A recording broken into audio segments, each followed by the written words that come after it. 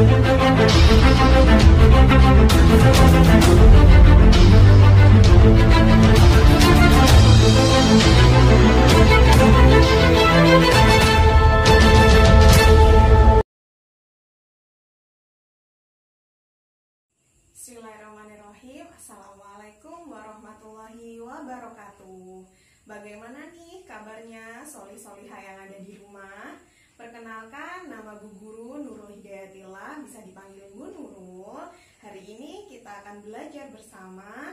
Nah, udah pada bosen? Apa masih semangat nih belajarnya? Harus tetap semangat ya.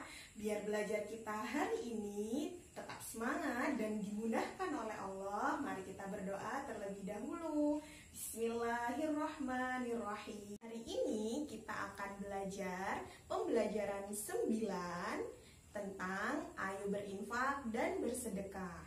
Nah, sebelum kita mulai pelajaran kita harus tahu dulu apa sih tujuan kita belajar hari ini.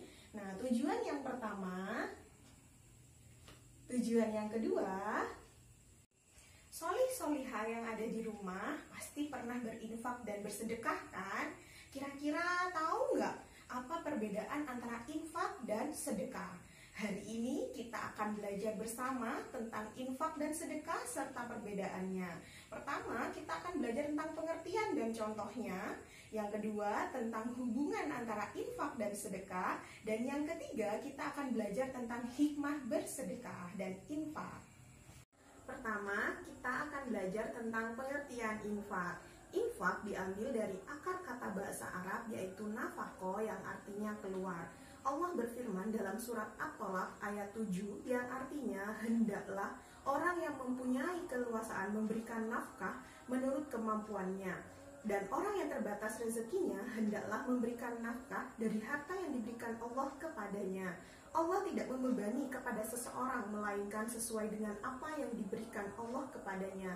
Allah kelak akan memberikan kelapangan setelah kesempitan. Jadi, infak adalah mengeluarkan suatu harta benda sesuai dengan kemampuannya. Di sini ada 3 kata kunci. Yang pertama yaitu mengeluarkan, dan yang kedua adalah harta benda, dan yang ketiga yaitu sesuai dengan kemampuannya. Nah, selanjutnya kita akan belajar contoh dari infak. Yang pertama yaitu kotak amal. Maksudnya apa? Apabila kita memiliki kelebihan rezeki, boleh kita memasukkannya ke kotak amal. Yang kedua yaitu lanjut usia. Jadi kita bisa membagikan atau memberikan sebagian yang kita miliki kepada orang yang telah lanjut usia. Yang ketiga yaitu sumbangan. Jadi kita tahu sendiri Indonesia sedang banyak musibah, banyak saudara kita yang terkena musibah. Bolehlah kita berbagi, membantu saudara kita, meringankan beban mereka dengan memberikan sumbangan kepada mereka. Nah, yang keempat yaitu pengemis. Kita tahu banyak sekali pengemis yang ada di lingkungan kita, bisa kita berbagi kepada mereka. Dan yang terakhir adalah yatim piatu. Kita bisa membagikan, memberikan, berbagi kepada mereka apa yang kita miliki kepada anak-anak yatim piatu yang kurang beruntung. Yang kedua, kita akan belajar tentang sedekah. Apa itu sedekah? Sedekah berasal dari akar kata bahasa Arab yaitu sodako yang artinya sesuatu yang benar atau jujur.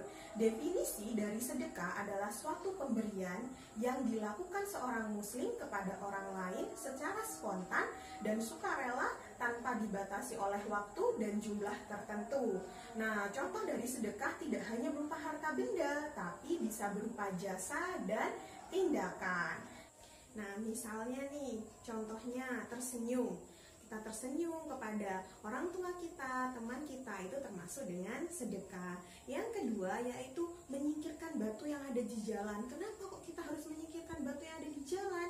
Karena itu bisa mencelakakan orang lain. Yang ketiga yaitu memberikan nasihat kepada teman kita atau orang-orang yang kita cintai. Nah, yang keempat mendoakan orang lain. Yang kelima membagikan ilmu pengetahuan. Jadi kita membagikan ilmu pengetahuan kita itu termasuk dengan sedekah. Materi yang keempat yaitu hubungan infak dan sedekah.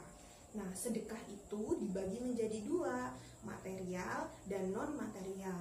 Nah, yang material ini adalah infak. Infak sendiri dibagi menjadi dua, yaitu wajib dan sunnah. Yang wajib itu apa? Zakat dan nafkah. Kemudian sedekah ini yang non material itu dibagi menjadi dua, yaitu ucapan dan perbuatan. Nah, dari bagian di samping kita bisa tahu perbedaan antara sedekah dan infak.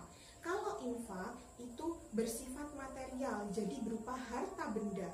Sedangkan sedekah itu cakupannya lebih luas, bisa berupa material ataupun non material, misalkan ucapan ataupun perbuatan kita. Materi kita yang terakhir atau yang kelima yaitu hikmah. Hikmah dari sedekah dan infak. Kenapa Allah Subhanahu wa Ta'ala memerintahkan kita untuk mengeluarkan infak dan sedekah? Yang pertama yaitu melipat gandakan rezeki. Jadi Allah akan melipat gandakan rezeki kita. Nggak ada tuh ceritanya orang yang suka infak dan sedekah akan menjadi miskin. Yang kedua, mendapatkan pahala pastinya ya. Nah, yang ketiga yaitu Allah menghapuskan sebagian dosanya.